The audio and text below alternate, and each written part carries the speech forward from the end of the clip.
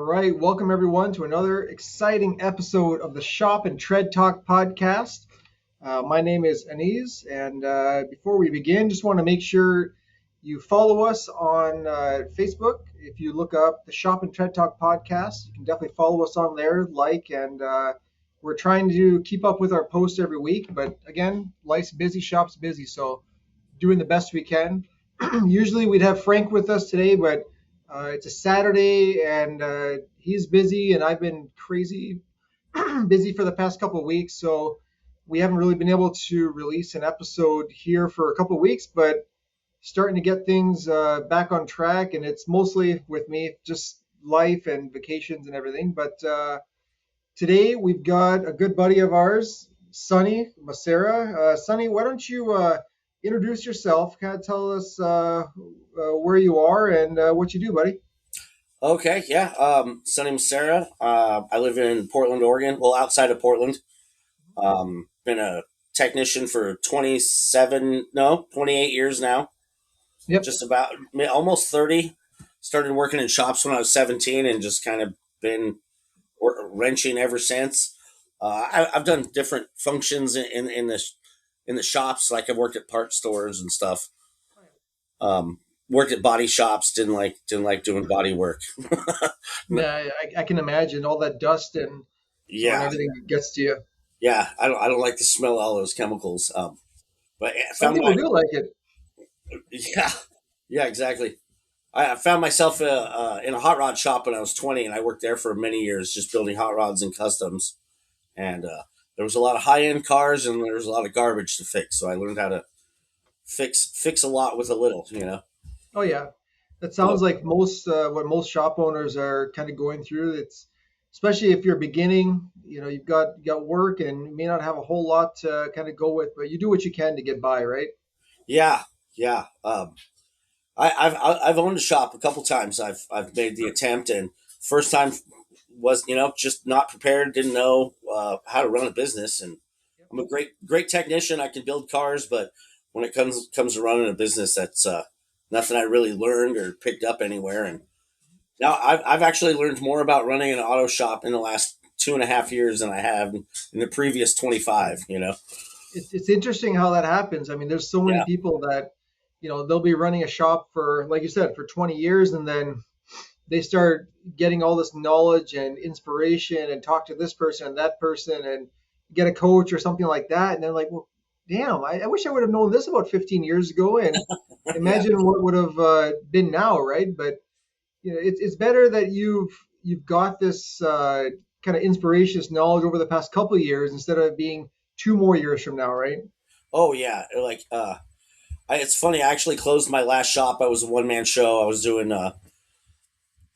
hot rod work and just whatever kind of came along by myself, completely in a two bay shop, and I found Lucas and the industry podcast and Jeff right as I closed that shop, and I probably would have stayed open had I found them first, because it would have given me a couple tools to actually be able to manage it properly and kind of build it. But I had already made the decision to close down, and I started driving a tow truck, and then I found the podcast, so I had all this time to listen to all the podcasts. Yep.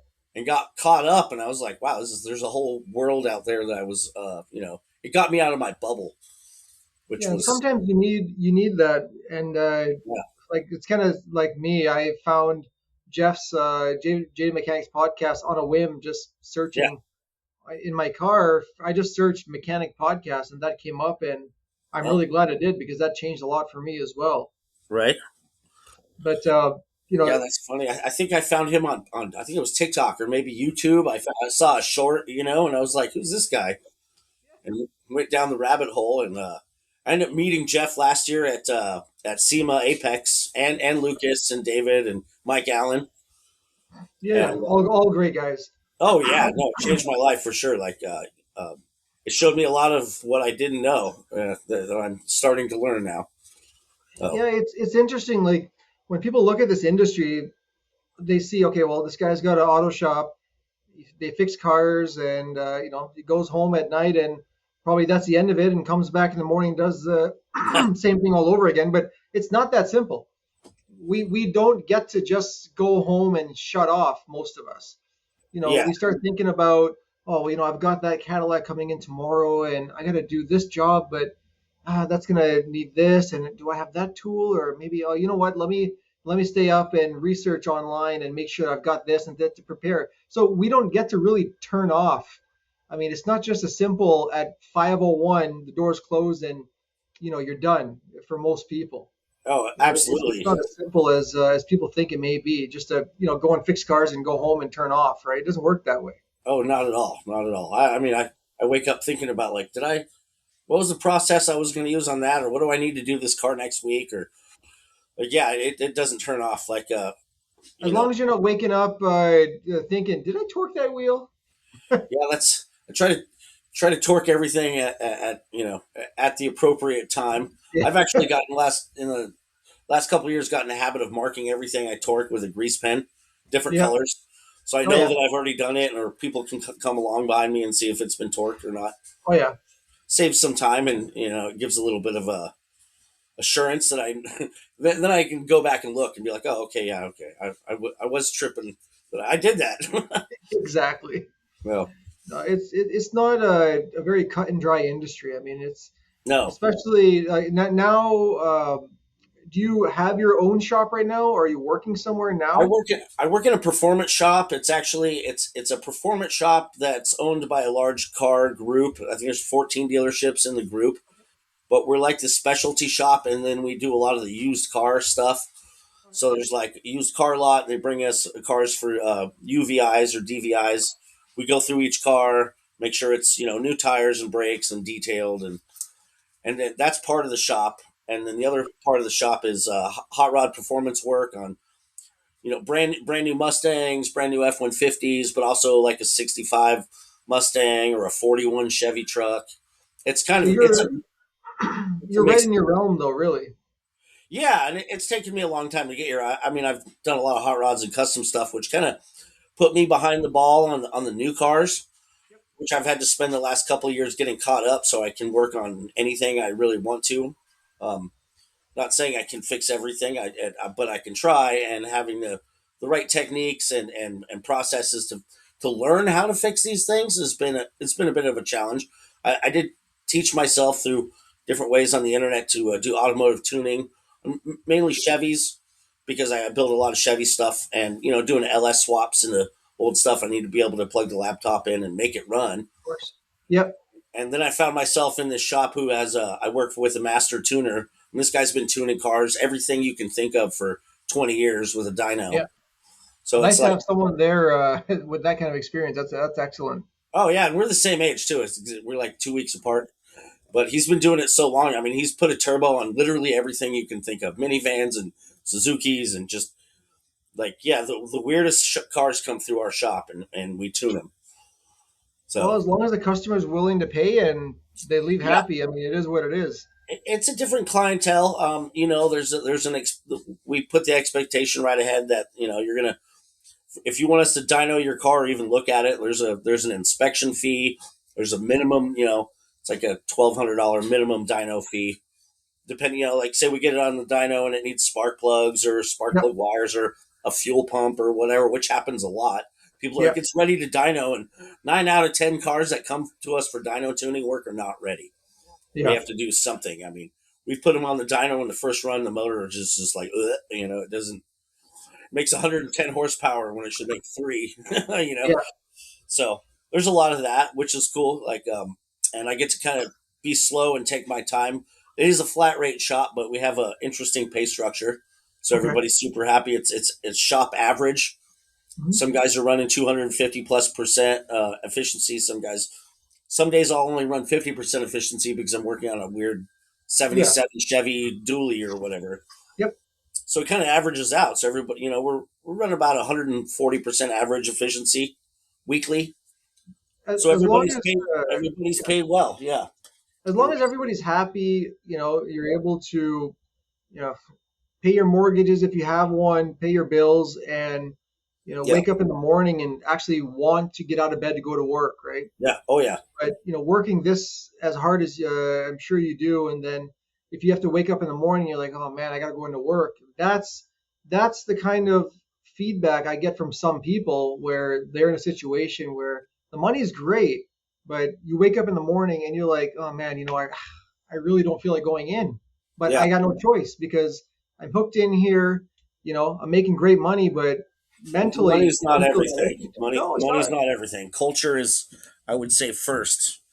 To me, Even at least, when having worked in a lot of shops, um, I am one of those floaters. I've had a lot of jobs, but 9 out of 10 of them were because there was poor management, or you know, um, even when we're interviewing someone, the money part is the last thing that I even get into, and a lot of them they get surprised. They're like, we haven't even talked about pay and stuff like that. I was like, because right now it's not important to me. I sure, want to know where you were, what you were doing there, and what it was like working there, and why do you want to leave? yeah, Because if the reason you're leaving that place is something similar to how we run it, then we are not going to be a good fit. yeah. Well, I mean, it's been said, you don't leave a job because of the job. You're still doing the same job. You leave because the manager, or the owner, or the culture. You're not leaving the work. We still do the same work wherever we go. Exactly. It's the environment that we're trying to get out of. And I mean, I Yeah. did that this year. I was working at a high end Bronco shop building brand new Broncos, Oh yeah. $300,000 trucks, and I just couldn't stand being there. Didn't want to be there. I mean, we had brand new parts for everything, and it's just it was just negative. I didn't want to be there. Not that those guys are bad people or anything. It just wasn't a good fit for me. I didn't vibe with it. Yeah, So at the end of the day, we have a very limited amount of time on this planet. yeah, And if you're going to be spending, like I was actually just saying on Tanika's podcast yeah. for ASTA, a few days ago, we recorded that, we spend so much of our lives at work Oh yeah, compared to how much time we spend at home with our families and everything. So if we're going to be here at work, like I'm here on a Saturday, I'm working, but if I'm going to be here, it better be worth it. And if, like I said, if you're waking up in the morning and you're getting that feeling that, oh man, it's Saturday, I got to go into work, this is right. closed. If you're getting that feeling, you better open your eyes and figure out what you want because your time, we don't know what's going to happen today, tomorrow, next week, 5 years, 10 years down the line. So you got to think about now. If you're having that feeling now, make Oh changes yeah. in your life. Oh yeah, exactly. Yeah. I mean, if you don't like the room you're in, find a better room. They say, which Yeah, is true. Which is so true. I mean, I definitely spend more time with my coworkers than I do with my wife. Like yeah, I might yeah. be I might get 3 or 4 hours with her in the evening, but like I'm at work 9 10 hours a day. So it's And then, I'm it not matters. sure. Do you have any kids, Sonny? My kids are all grown up. All grown. Okay. My daughter still lives with me, but my son has moved out. He lives right around the corner, and never Yep. see him. But So but some people that have younger, like myself, I've got yeah, three younger kids. By the time I come home from work, I leave at 4:30, get back, hour drive, 5:30, yep, you know, and if I'm late, there's traffic, could be 6. yep, You start missing dinner and then you start missing bedtime routines and everything. So it really makes you start realizing that, hey, th- this has to be worth it. You got to have that time for your family because they're here today and value them and spend time with them today. yeah, yeah. Well, I was when I had my first shop. I had it for about five years, and we did a lot of I did a lot of custom exhaust and hot rod stuff, Yep. and regular maintenance on people's cars. But it was a saturated market. I was at work for. I mean, I'd get to work at 7 8 o'clock, and I was there till 7 8 o'clock every day, and then drive on top of that. There was about a 3 year period. I saw my kids maybe one day a week if they weren't doing sports things or whatever, and I was working, 70 hours a week average, And just how'd to you keep. feel by Friday? Oh, I was out. I was exhausted. I mean, luckily I was a bit younger. I had a little more, pep in my step, but But there's no way quality I of could go life, back home. right? What's the quality of life when you're working 70 hours a week? Oh, there's And for example, on that Saturday, let's say if someone called you up and said, "Hey, Sonny, let's go out for a drink or let's go out for just," you're probably going to be in the position you're like, I can't even move. Like I just need to rest until Monday. Yeah, there's a bit of that. I mean, I was working Saturdays a lot too, so that's one thing I won't work. I won't work on the weekends now. I have to have the time. I'm in my mid 40s. I can't do 70 hours a week. Like Yeah, of pushing 50 hours a week I can do, but because I have a nice steady job where I'm not really exerting myself. You know, course. so But now that you're working at the place you're at now, do you still have that urge or feeling to get back into entrepreneurship for yourself again? possibly. Or are you kind of comfortable and that Kind where of, you are and it's kind of, guaranteed paycheck and just able to yeah. coast to it? Well, there's a bit of comfort and security in working for a big company that really does take care of their employees. Like There you everybody that go. I work That's the with same is thing. super happy. It's one of the best places in my area to work. But see, you nailed it on the head. They take care of you. Yeah, yeah, Okay, because there are a lot of places that take care of their employees with pizza parties, but it's not all about that. It's about actually caring for them and caring about them. yeah. Exactly. I've left.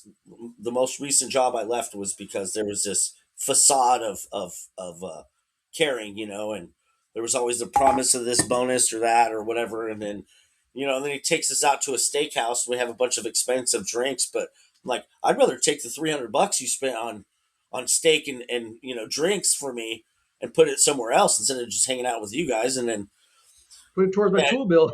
yeah, put it down on the truck, Yep. like or buy the tool I've been asking you to buy for the last month or whatever. So there is Yes, a bit of that. The place I found myself at now is ran. The shop foreman is a technician. He's been a technician for 30 years, and he runs that place. Like he makes sure that our technicians are happy, and we're all on the same team, and we're a team, not just individuals, which exactly. is which is good. We all help each other out. We try to get the harder projects done Yeah, faster. but your Together. pay structure is running like a team, right? That's the Yeah, thing. It's exactly. running as a team, so it's We're not like incentivized to be a team. yeah. So basically, if you guys are all helping each other and everything works out in a certain fashion where everyone's happy, everybody wins. Yeah. Oh And yeah. there's no animosity where, oh, I'm not going to help you. You hear Jeff talk about it all the time on his podcast that, Yep. you know, someone needs a push. Well, I'm not helping them because that's going to take 15, 20 minutes away, right? So I'm not doing that, Yeah, right? that's not how it works at this place. That's what I No. really like it. Like we are incentivized to help each other and help get these projects done faster, and because it's average pay. Like if we all help each other do more work faster, then that's everybody gets paid more. Everybody. And again, at the end of the day, everybody's doing basically the same job. Okay, it's just a different repair order. Yep. Yep. And at the end of the day, if you're working this hard, you're speaking with so many different people. You need to feel like what you're doing makes a difference, Yeah. right? You, You got some you noise can't. going on. Oh, 100%, one Yeah. hundred percent. But Well, it's funny. I met Buckaroo Bob on Facebook pages, and then he was on your guys' podcast yeah, right after we talked, and then so yeah, he's sponsoring me to go to ASTA. So I'll see you there in a couple of weeks. yeah. So I was going to talk to you about that. I saw that. I thought that was amazing, man. That's really cool, and congratulations. I think that's pretty cool, man. Yeah, he offered. He's like, "Are you going?" I was like, "Can't really afford it." I was kind of had a gap in my work there for a couple months, so Yeah, I can afford part of it. He's like, "I'll if you can get there, I'll pay for you to get in." I was like, "Yes, sir. I'll be there." I booked a ticket immediately, yeah. so That's I'm amazing, excited to meet man. everybody. It's going to be fun. I'm looking forward to getting some training from Brandon Steckler. That guy's amazing. Oh, he's a stud, man. Like you're getting training from someone like that. Yeah, That's gonna be that's gonna be incredible, right? yeah, yeah. I mean, I know how a scope works. But I want to know how a scope works, not just kind of. I don't want to guess at it. No, exactly. And this kind of training, you're only going to be able to get it at places like this. You're Yeah, not going to be getting this off a random Napa training that you're gonna have to log into and watch on a screen. You're gonna Yep. actually meet the people that are building these huge programs, the people that are holding huge conferences, and you know surrounded by people that are from this industry, supporting this industry, Yeah. and want to do what's right for it. Right? There's Exactly. only so much you can learn off a YouTube channel. Yeah. Yeah. I mean, I've been watching like Scanner Danner for 10 years, and Besides Scanner Danner, besides him, I learned a lot yeah, from him, and like check he's engine Chuck or whatever. he's But on another level. I'm a more tactile learner. I need it kind of in front of me. Like I spent a lot of Yeah. time online learning how to tune, and some of it just didn't stick, and I have to redo it and actually apply it to the what I'm doing in the moment for it to really Oh like yeah. for the. Yeah. I get the concept, but the actual application of it sometimes is a little bit. Um, it's hard. It's hard to apply it when it's not right in front of your face. So I'm excited about that, and getting the Oh, definitely. networking and just getting to meet it. Have you Other. already signed up for all your classes, or I have, yeah. I'd have to look up what they are. Brandon is one of them. yeah? They're mostly technician classes. Anyone in particular that you're really excited about, or Brandon Steckler, and then there was another one I can't remember right offhand.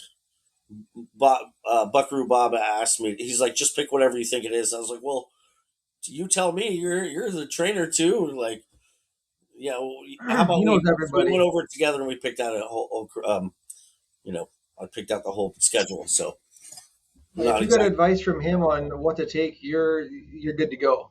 Yeah, I think I'm gonna fly down to Texas in April and do some of his two step training too. Yeah, Since and yeah, I think that'd be a great idea. He does a really good job with that whole program, and when he yeah, was on our podcast before, he did talk about it too, which it was really cool. yeah, I'm excited to meet him and just the whole thing. Like I hear ASTA is like the super event. Like besides Apex is so big, it's kind of diluted with all these companies and stuff. I mean, when I was there last year, that's where I met Jeff in person and Lucas and David and Mike Allen too. They it's just so busy there in Vegas with SEMA going on. You kind of just get lost in the crowd. And You can't really have a really good conversation there. It's yeah, very, it may feel like rushed because there's tens of thousands of people there, yeah, and there could be how many people that are waiting to talk to Jeff or Mike or Lucas or David, right? And try to have a conversation with those. I'll those I call like celebrities because in the industry, I mean they're up there. They're very well known people. Well, it's funny. Funny. There's like, I mean, maybe this is a big industry, and most technicians I met, shop owners. I mean, I literally ask people when I go into any if I talk to any random tech or going to some shop for whatever reason. If I talk to them, I ask them if they've ever heard about the change in the industry or the Jade Yep, Mechanic, and most of them have never heard of it. I'm like, well, because you need they were not in the tow truck like you were that one day randomly looking and finding it yeah, because it's it's not going to just pop up. And I don't think I don't think these guys are doing sponsored ads on Facebook and stuff like that. It's more of if you know about them, you join their group and then it branches out. But it's not like something where they're actively advertising out Facebook ads and stuff like that. It's more they get found. yeah. It's what do they call it? Organic engagement, and the algorithm Yeah, pushes their content forward. The more it gets popular, the more it gets popular. And for sure. I think it's pretty cool. And I mean, I try to share their stuff a lot. Yep. But I found that sometimes when I share a bunch of the podcast stuff, nobody responds at all, and like that's because I mean, I have a bunch of car friends, but we don't really interact on Facebook because it's well, except for all my new friends like you. Yeah. I think we've been talking almost every week. I think for Yeah, a yeah. while now. No, it's great. Man, I love your perspective. I love what you're doing with your business, and you have a Thank really you. good Thank attitude you. towards all of it. You're excited, and I like that. I like to engage with people who are excited and wanting to move forward and make things better. And that's what this is all about, right? It's just let's make everything better. We like to fix stuff, right? Yep. And I mean, I'm no technician by any means. I can change out a set of tires on a machine, no problem. But don't ask me to do your brakes because I'm not gonna do it right. Right. But but the very important thing as an owner, I know the process. I Yeah. know what it takes to get the job done because I've been in the trenches with the wrenches, like they say.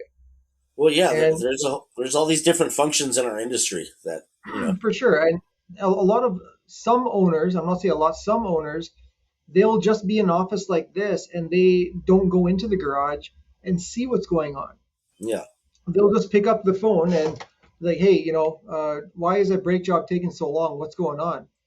But they don't understand that you know, to do that job properly, it's not about taking off those rotors, slapping on another set, taking off the brake pad, slapping another set in, and 5 minutes the thing's done. A lot of them may put pressure on their techs to do things faster, but they don't realize that those pins have to be removed properly. They Oh have to yeah. be lubricated. The boots, if the boot is ripped, replace them. The Yeah. clips may not fit properly on the aftermarket pads that were ordered. There's so many different things that go Cleaning your into hub. keeping yeah, cleaning up the hub, and then all of a sudden you got a caliper that's leaking, and there extends the job. But if you are aware of all these factors that go into just doing a brake job, Yeah. when you're quoting this job, you can tell the customer, hey, this is going to take some time because we can run into something. But Yeah. if you don't give that expectation to the customer, then they're expecting that job to be done lickety split, and then now you're under pressure, and then that's where you start barking at the text like, why isn't it done? Why isn't it done?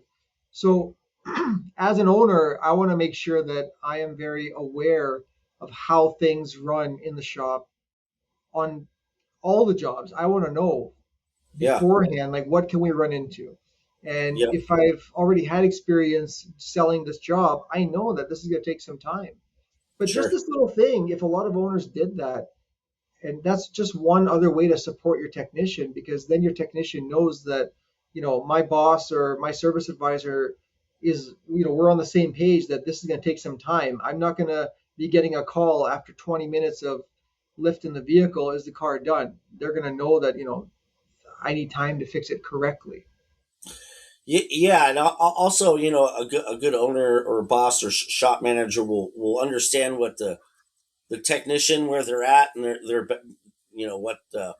what they can Their do and abilities what too. they're capable of. So kind of playing with that and or understanding what they're able to do and how fast they work and like I've seen techs not want to say like they run into a problem they don't want to tell anybody Yeah, because it just makes them look bad or it won't be received like oh just fix it and it's like well I need more parts or I need more time so there has to be a give and take there and communication of like definitely.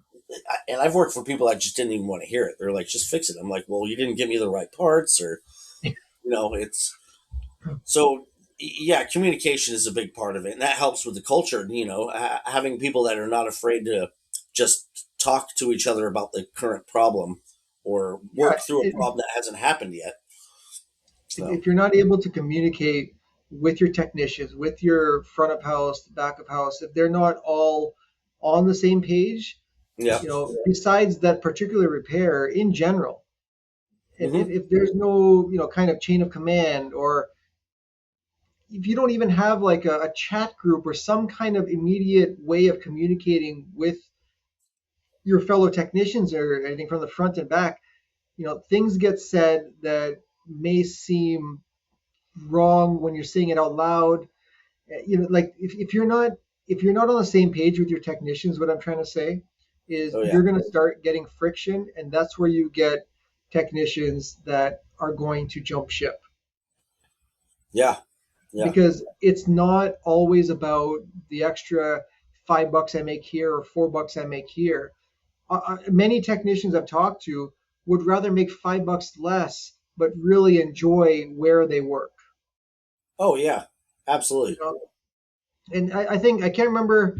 I think it was Josh Parnell. I'm sure you've heard of Josh Parnell. I know Josh too. Yeah. Yeah, yeah, and I'm pretty sure it was him that had a statistic that I think it was 1 out of 10, and just I'm pretty sure this is what Josh said. I I think pay was around 6 or 7. It wasn't even in the top three. Yeah, that's right. Right? You can Yeah, always once I make more money, but you can you don't always have the opportunity to work somewhere that you really like and feel appreciated, and that outweighs the cash sometimes. yeah, but I mean, there's also the balance of like getting paid enough to be able to pay for your life. We go to Oh yeah, work to pay but if for our you're basis, happy right? where you're at, means that Yeah. you're getting paid enough for you Oh to be yeah. happy.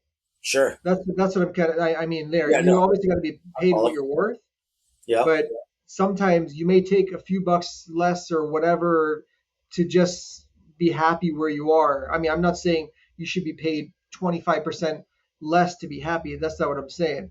I'm saying if you're paid what you're worth and you're happy is is worth more in my opinion than going somewhere else that's going to give you 15 bucks more, but they're going to work you to the bone and you're not going to want to wake up in the morning and go to work.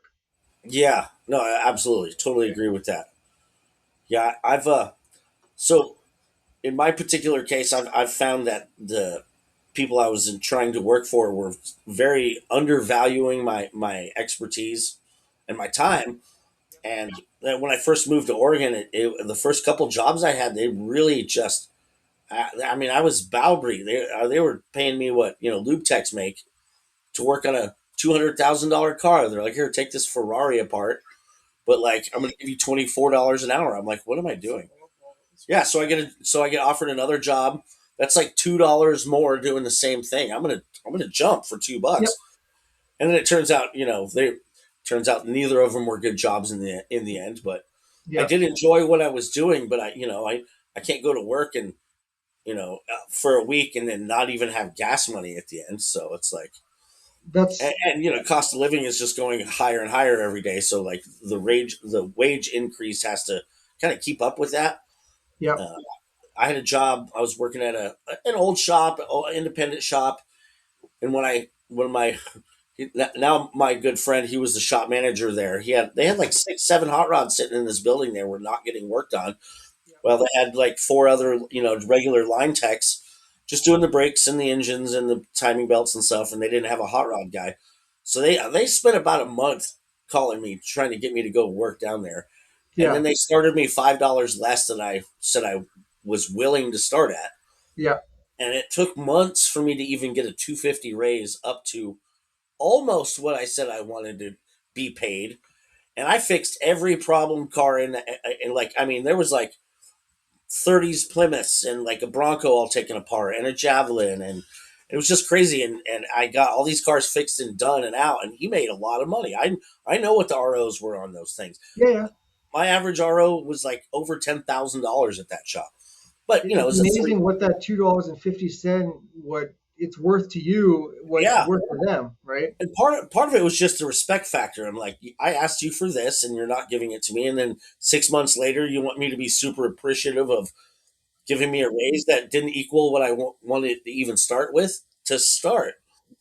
So I tried to tell that guy about the industry and change the industry, and just like there's conferences you can go to, there's Yep. training we can all do. He had no interest in doing any of that. He knew everything already. He was already like, I'm doing it the right way.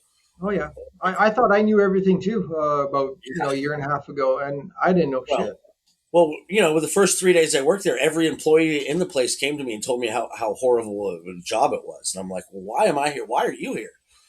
Why are Yeah. you telling me this after I got hired?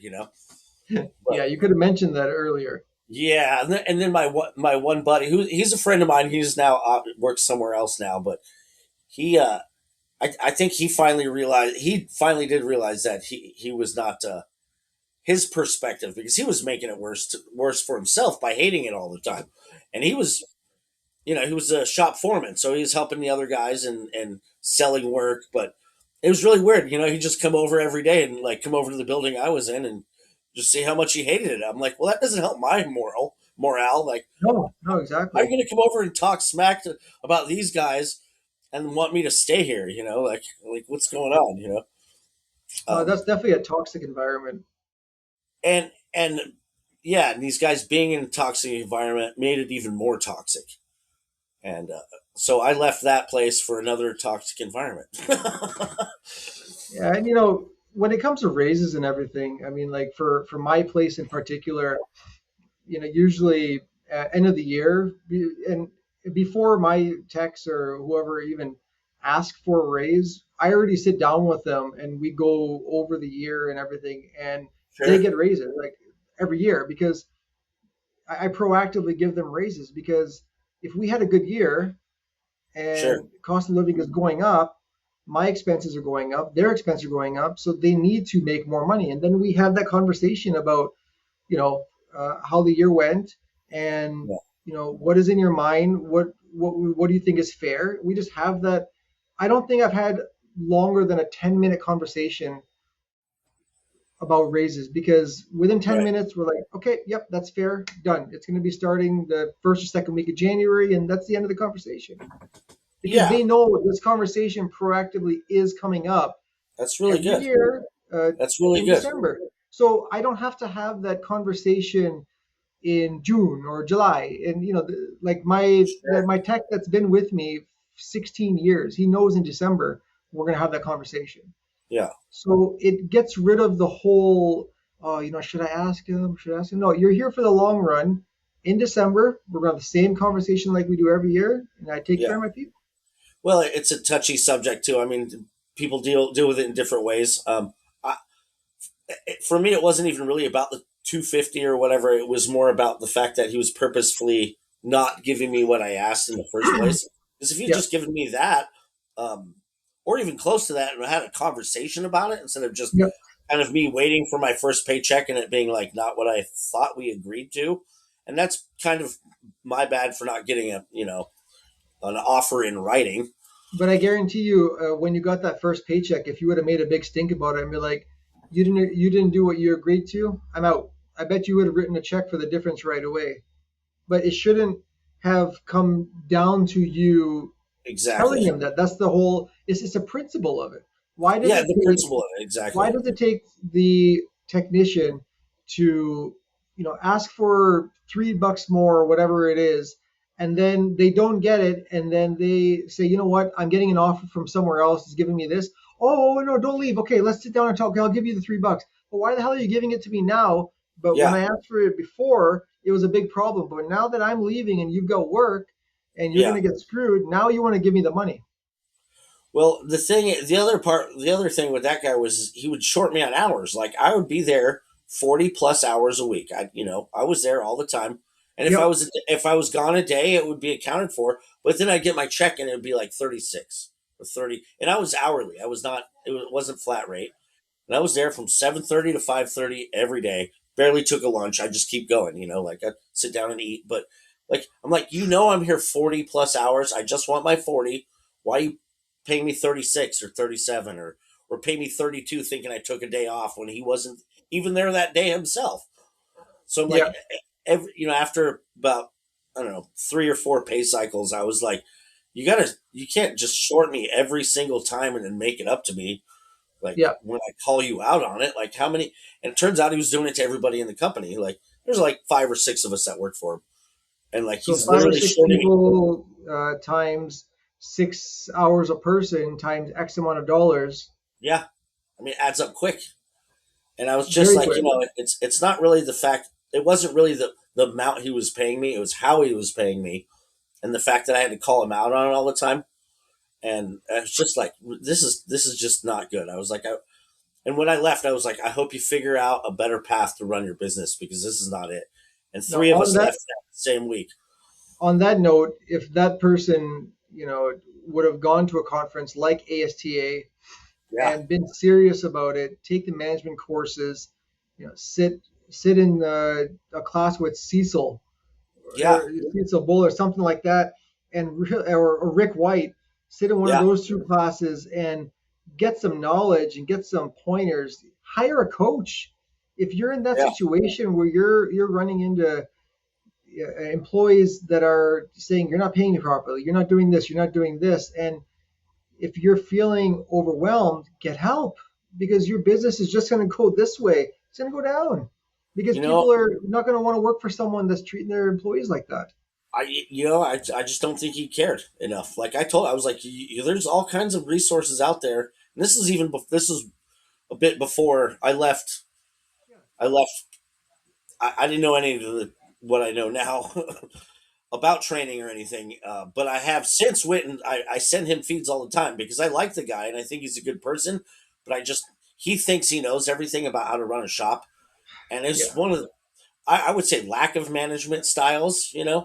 Like he just again good person, but just I mean he was just floundering as a shop owner, and I can recognize like I see some of the bad habits he had. I had them myself, and I at yeah, least took it on myself to be like, okay, this is not. I'm not getting anywhere. I'm not making any money. I'm working a job for myself, and I'm yeah, not building anything here. So I might as well just close it down and reevaluate. And he kind of took advantage of that, the fact that I didn't want to work for myself, and I liked the cars I was working on too. I got to yeah. build some really cool cars, but I can do that anywhere. Of course, yeah. He's actually one of the people I wish would go to training. I think he could run a business really well, but he's just not open to it. And like, what do you do with somebody that doesn't want to? You can lead a horse to water, kind of deal. Yeah, you can't force them to drink. Yeah, and I think there's a lot of shop owners out there like that who just think they're doing just fine the way they are, and You they're know what? just barely getting by. They won't drink the Kool-Aid, man. That's Yeah, a just yeah, like yeah. Tanika. She's always Yes. talking about drinking the Kool-Aid. If you don't want to have a sip and get through one glass, you're not going to get through that jug of information because there's a Yep. lot of information out there. But if you don't want to absorb any of it or be open to it, have an open mind to get training and understand that you've got to be, like Mr. Parnell says, a lifelong learner. Yep. We're not going to be able to know everything ever. It's Oh impossible. yeah. There's no But way. you got to be a lifelong learner and be open to the fact that you don't know everything. There is someone else out there that is running a business better than you, is more successful than Sure. you. But what is success to you? Yeah. Exactly. Okay, that's something that a lot of owners, and I've had to discover that over the past couple of years too. Like, what is success? Right Right. now, success to me is hopefully, we end up hiring this person, and I train them so I can step back a little bit and be able to spend some more time with the family. That to me, at the moment, would be more success than anything. Oh yeah, well that's the most valuable. That's where you place your value right now. Your business allows you to have the ability to take care of your family and the time to spend with them. If you're spending more time in the business than you like than with your family, then yeah, hiring a new person is a huge asset, and that's success. Getting that person into the position that you need them to be in, so you can take the time to have the life you want. That's But see, great. all these thoughts and all these things all came from going to ASTA the first time Yeah. last year. Oh Because yeah. when I went there, I went alone, Yeah. and I Yeah, was kind of like, I heard the podcast yeah, yesterday. I listened to it. Yeah, yeah, and just like the short version is I went alone, and yeah, by the end of it, I mean, I left with so many friends, so many contacts that I can bounce ideas off, and like this will be your first ASTA, right? yep, yep. That's right. Yeah, you basically leave and you feel like you're part of a family. Yeah, You're that's not great. you may be going there alone, but you're not because I'll be there, Frank's gonna be there, Buckaroo Bob's gonna be there, so you're already going there knowing so many people, so you're actually ahead of the game. Yeah, no, I'm excited. Like I want get to meet Zeb. Zeb's a Yeah, cool good dude. And get to have I haven't another been beer able to with meet Zeb him in and see person yet. Lucas. I'm psyched, and plus the training I get. I've never had any good training.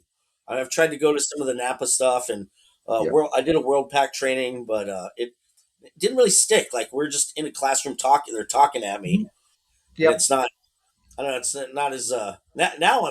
I want to like. I want to absorb everything I can. I spend a lot of time reading up on a lot of different subjects, and like if I have a particular problem, I go down the rabbit hole with it. Yep. Like the other day, I spent 3 hours trying to figure out a CAN bus problem on a 24 Malibu, and it turns out it was just a dirty ground. Like it's just like, Those oh my dirty god. grounds. Yeah, but now I know the system. Now I know the next Malibu that comes in. I know exactly what to do. Yeah, you So don't know what you don't know. but I'm one of those people that just I cannot stop absorbing stuff. I have to learn stuff all the time. And And when you go to this when you go to ASTA, the beauty of it is you're gonna gain all this knowledge from those courses, and the yeah, second you walk out, you meet people, and bam, you get more knowledge. yeah, Everyone's talking and giving ideas. There's no um, there is some gatekeeping, but you're going to get a lot of people that really want to help. They sure, really want to hear your story or hear, oh, Sonny, you had this issue with this. Oh, that's easy. If instead of doing it this way, if you would have pulled this panel off, there's yeah, two wires off to the right. The right, second one on the right, if you would have just take this and did this or whatever, yeah, you could have yeah, done that 3 hour job in about 20 minutes. You're like, well, holy crap. yeah, yeah, There's yeah. that worth my whole trip right there. I mean, there's there's so much information outside of the classroom that it doesn't make sense until you're there. Right, Because I can say it till I'm blue in the head, but it doesn't. You won't be able to really understand what I'm saying until you're there, and at night if you're at the bar or something and you're having a drink with someone and the knowledge you get from everybody, and everyone's really friendly and oh everyone yeah, wants to chat and meet new people and yeah, create their network of friends and peers, right? yeah, yeah. That's what I'm very excited about that part of it too. I mean, I took myself to Apex last year, and like we said, it's just so many people there. It's really hard to connect with people on a one-on-one level. And as Yes. soon as I heard about ASTA and just kind of looked into it, and I mean, it absolutely seems like, well, I wanted to go to tools, but can only do so many things. Yeah, So I missed tools this year as well. I'm hoping to go next year. are you going to go to Tools is Apex this year? no, I can't. I literally can't because it's in November Yep. and winter tire season. Mm, Uh, yeah, wow. there's no way because we go through 400 or 500 cars in a month, Yep. and yeah, that costs me way too much not to be at the shop. No, that's it. I get that. That's yeah. I've heard about tire season in Canada for sure, and we Oh, have it's tire wild. season here too. We're uh Yeah. we're it's November and I think April. We're not allowed to run snow tires. From May to end of October, I guess. So there's a big tire switchover thing. I worked at a shop where we stored 1,000 sets of tires for people, Yeah. and we do like in November or late October we'd end up doing a couple hundred sets of tires. Oh yeah. I don't miss that one bit. Oh no, I can't imagine. And we're trying to separate our staff. So I like what I'd rather do is this season have my actual technicians and apprentices be just fixing cars, not focusing on tires, Sure. and then just have a separate team of tire guys that are just taking that over, right? Right. So Huh. just trying different processes and procedures, which I've learned for Yep. going to these trainings and everything. One I don't know if the class is there this year is Becky Witt. I took that class last year. She she's a smart one there. That lady knows her She's a stuff. firecracker, man. Like Yeah. she's I, you answer if you raise your hand, and answer a question, she'll throw a freaking Twinkie at you, and I'm not kidding. Like That's awesome. she literally right in the middle of class, she'd open up a box, and she throws a box behind her, and she's going around, and someone says something, whew, whips it right. I mean, you better be quick or you're gonna get nailed. And but Yeah, excellent class, I excellent love her class. donut series. Like just Oh the yeah, donuts thing I is read them all the great. time, and Yeah. honestly, if I didn't see the class this time, but if it was there, I would have taken it again. I didn't see it either. I don't think I took that. I don't think I got on board with But that that one. was a lot of fun last year. But a lot of Huh. the trainers that are there this year, really good classes, and I'm really glad that you're able to come this year because I think it's going to be a life changing event for you, man. Yeah, I think so. I'm excited. I've been trying to tell the guys at work about it, and they're like, "What? What is it?" I'm like, "Dude, look it up." So I like put it on the group text, and they're like, there's one guy that I work with who's he just does the frame inspections and UVIs. I think he's about 28, 29, but I can tell he's really sharp and he wants to learn more. But they've kind of got him stuck in the position he's in. So Yep. I've been like feeding him like bits of information, like here, read this Scanner Danner. Like I got the Scanner Danner book, I gave it to him, and I sent him videos and stuff he should watch. Well, see, what And you're doing right now is you are changing the industry yeah, because you're doing that for him. And other technicians may want to gatekeep and not try to bring up this industry in a way by just helping one person. Like, hey, John, you check out this. Here's a book. Read it. It's going to help you. It costs nothing to be kind. yeah, exactly, It costs exactly. nothing to be kind. And you never I know. love teaching. Yeah, and you never know. The one time you may need some help, that person that you just gave this book to, or you just gave them a couple tips, and they're like, Sonny, you need a hand? Okay, hold my beer. I'm on my way. I'm going to give you a hand because you have that mutual respect. You're both helping each other. Yeah, yeah, yeah. Okay. And that's one thing that this industry needs more of is technicians helping each other, shop owners helping each other. There are more cars on the road than there are shops to fix. Oh, absolutely, There's lots of absolutely. cars for everybody. But if we all come together and help each other with information, distribute information responsibly, Yeah, okay? What I'm doing on this podcast, it's fun. If I'm able to yeah, help one person, I'm happy. I don't care about getting rich off podcasts. I mean, that's not why sure, we do this. Okay, right. we do this. Frank and I do this because we really enjoy it. And if one person messages and says, "Man, I got a really good idea from your podcast," hey man, we did it Yeah, right then, and that's no, it. I think it's great. I really enjoy listening. From when I found your guys' podcast along with all the other ones, it really it just continues a positive conversation in the right direction. So we're all talking about the right things and doing the right thing for each other and the industry and pushing a good dialogue. Yeah, I keep the have a good dialogue time. open. I try to get on podcasts. I think this is my fourth podcast with you guys, and Yeah, I think it's great. I think we all need to share our stories and help each other, move forward. It's great. And everyone's got a story, and we try to keep a platform open where you can share it and just really feel part of the industry and not just an outsider, right? yeah, I mean, I've been in shops for almost 30 years and I've never felt a community like I do now, but I'm not even in a shop with everybody. We're all in shops spread all over the country, but we're all in the same room together, Like trying to make it now better.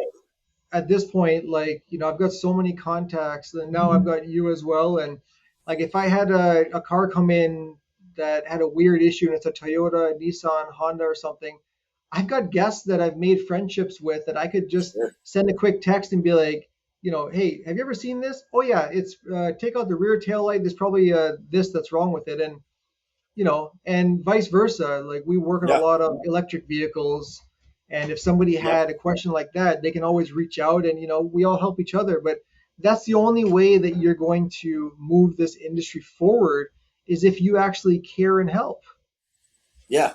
right? Exactly. So that's that. But Nice. but Yeah. So that's what I like. Getting to meet all these different professionals at different places in the industry. Um, like a Toyota technician or Acura technician, or like now you have a hot rod technician, like performance stuff. Old muscle cars. Like that's my bag. Like I know them very well. they're all So different experiences, but we're exactly. all working on pieces of metal at the end of the day. Yeah. Yeah. And it's interesting to see. Like I think the I see the industry going is all of us that are trying to network and make it better and fix it are going to continue to grow and stay relevant and keep up with the technology because we're trying. And there's a lot of shops that are just going to fall off. They're not going to be able to keep up, and people are going to start to realize like, oh, these guys can't really work on my car. For whatever reason, there's various reasons that's going to happen. So Yeah, it's it's I saw it coming years ago. Like mhm. we all need to stay relevant or get left behind. It's interesting you said that because just just yesterday my dad was telling me, there's two or three shops that have opened up and two or three different tire shops, and I said, well, okay, where are they? They're here. Okay, and I look them up, and they're just getting off their feet, and then you look at what they're doing, they're advertising, the shop layout, and everything, and I'm like, none of my customers are going to go to this place anyways. Yeah, They're going to be working on cars that we probably worked on 15 years ago. Our clientele, I don't get scrappy cars coming into my place. And sure. judging by a lot of these places that are opening up, which to no fault of their own, it takes a lot to start a business up. They're going Yeah, to be starting off with those, 98 Civics and 2002 Altimas, because you got to start somewhere. But, those are yeah. vehicles that we don't even get in our shop anyway, so I don't even pay attention to them. I would just give kudos to them for trying to get into this industry because it's not easy. It's not easy to survive. It's not. I mean, and having a good structure, knowing the customers you want and Yeah, what you're willing to do. If somebody comes in, they want you to patch their tire on their bald. They have four bald tires, and they want you to patch a tire. It's like, well, you need four new tires, and yep. if they're not on board with that, then it's kind of like, well, what do you want me to do for you? That's That's exactly funny as you mentioned that is this morning had a Chevy Cruze come in. And Frank, when you listen to this, I know you're going to get excited because I yeah. said the word Chevy He likes Cruze. Yes, he we had a likes Chevy those Cruze things. come in, Frank. God, And he had a nail in his back tire, completely bald. I said, I can't fix it because it's not safe for you or I. Your other three tires are bald as well. You need a set. He's like, all right. So that was the end of that, right? But giving the proper yeah. advice and doing right by the customer, right? That's what this is all about. Well, advocating for the customer, the car, and the general public. Like, I'm not going to just do a pad slap on the car because you can only afford just brake pads. Yeah, It's we like, don't well, install outside parts or nothing because it's just not. yeah. And we know how to say no to a customer that we think is going to be trouble. We're okay That's saying no to a customer. we're at my shop. We're pretty good about like, oh, you want us to work on your '07 Sorrento? Like, no thanks. But we did recently hire a new service writer who's let a couple cars through the door that were like, they're going to spend $5,000 to fix their '07 Sorrento or their 2009 Elantra. Like, that Yeah, totaled the car. Just changing the oil totaled the car. Cost them yeah. whatever. Maybe that's a little extreme, but like those vehicles shouldn't be in our shop. We work on new cars and high end hot rods and muscle cars and Stay in your lane and don't yeah, deviate to the wrong highway. It's basically yeah. Like, what it there's is. been a couple customers that brought their cars in recently, and we were like, you know what, you should literally just trade this thing in. Yeah, Don't spend $1 with us. Go to the front of our business and trade it in, and we'll get you a different car. yeah. And we I've take done that that many car. times. I've done that many times. I've had Yeah, customers come in and they'll have a $4,000 or $5,000 estimate, and I'm like, look, Bob, it doesn't make sense to fix this car. It's got yeah, 250,000 on it. And they'll agree they want to spend the 5-6 grand. I'm like, you're putting good money after bad money, and they appreciate the advice. yeah, yeah. That's I've told quite a few cars for various reasons. Just be like, like your money would be best spent somewhere else. You know, So, Sonny, in closing, one thing I want to ask you is if you had to give a piece of advice to a technician or an owner that actually we'll go with this because right now you're a technician. What's yeah. one piece of advice that you could give to an aspiring technician that wants to get into this industry? What's one thing that you can tell them that you wish maybe someone would have told you a while ago? Get as much training as possible. I mean, yeah, go to events like Tools, ASTA, or there's tons of online training. But get as much training as you can and learn as much as you can. Find a subject you like and go down the rabbit hole with it. Become an expert in that one system or that one type of work. And then when you feel proficient at it, find another thing to be good at. Just we have to keep learning. That's what it is.